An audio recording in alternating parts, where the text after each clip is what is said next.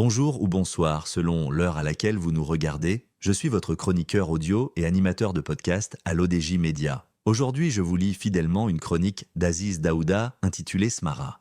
L'attaque surprise du Polisario dans un contexte de tensions internes algériennes. L'auteur commence par poser le décor géopolitique.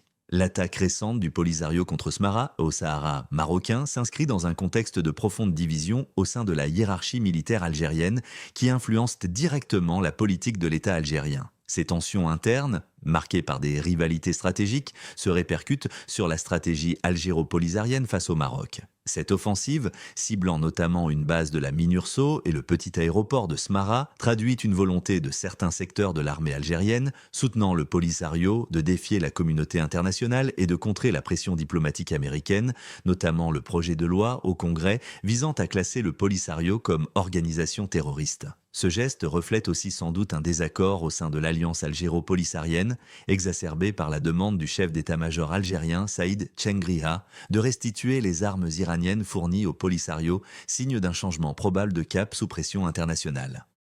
L'auteur ajoute que le Polisario, dépendant des autorités algériennes pour ses actions, illustre par cette attaque les fractures dans la hiérarchie militaire algérienne. Plusieurs courants s'opposent. Certains prônent un rapprochement avec la France, d'autres maintiennent la relation historique avec la Russie, tandis que d'autres encore cherchent à ménager les États-Unis. Ces divergences sont amplifiées par les enjeux géopolitiques régionaux, notamment la guerre en Ukraine, et par le rapprochement du Maroc avec les pays du Sahel qui exaspèrent certains membres de l'état-major. Par ailleurs, la concentration des pouvoirs militaires, politiques, économiques et diplomatiques entre les mains du général Tchengriha alimente les tensions avec la présidence civile. Le président Tebboune, bien que formellement chef de l'État, voit son autorité contestée, comme l'a montré la rencontre privée avec Emmanuel Macron, tenue sans consultation préalable de l'état-major, provoquant un refroidissement des relations au sommet avant que le président ne soit recadré.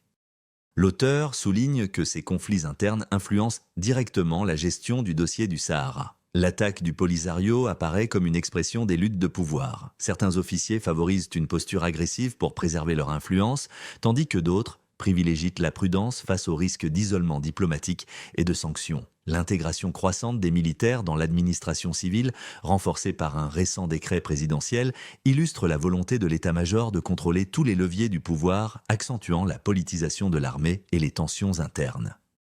L'auteur conclut son article « Enfin, le fait que l'attaque n'ait pas atteint ses objectifs majeurs semble délibéré, constituant une sorte de signature avec des roquettes iraniennes. Ce geste peut aussi être perçu comme un signe de désespoir d'un mouvement diplomatiquement isolé et un indicateur des divisions au sommet militaire, certains cherchant à montrer qu'un changement de pouvoir pourrait ouvrir d'autres options régionales. Cette opération, loin d'être unanime, fragilise la position d'Alger et renforce les arguments de figures comme Joe Wilson et Jimmy Panetta. Soulignant que les grandes décisions nationales s'inscrivent dans un contexte de rivalité interne au sein de l'institution militaire, pilier du pouvoir en Algérie, personne ne peut croire que la décision de lancer des roquettes contre le Maroc ait été prise dans un conclave unanime. Merci d'avoir suivi cette chronique d'Aziz Daouda. Restez connectés pour notre prochaine chronique sur l'ODJ Média où nous continuerons à décrypter l'actualité avec clarté et rigueur. À très bientôt.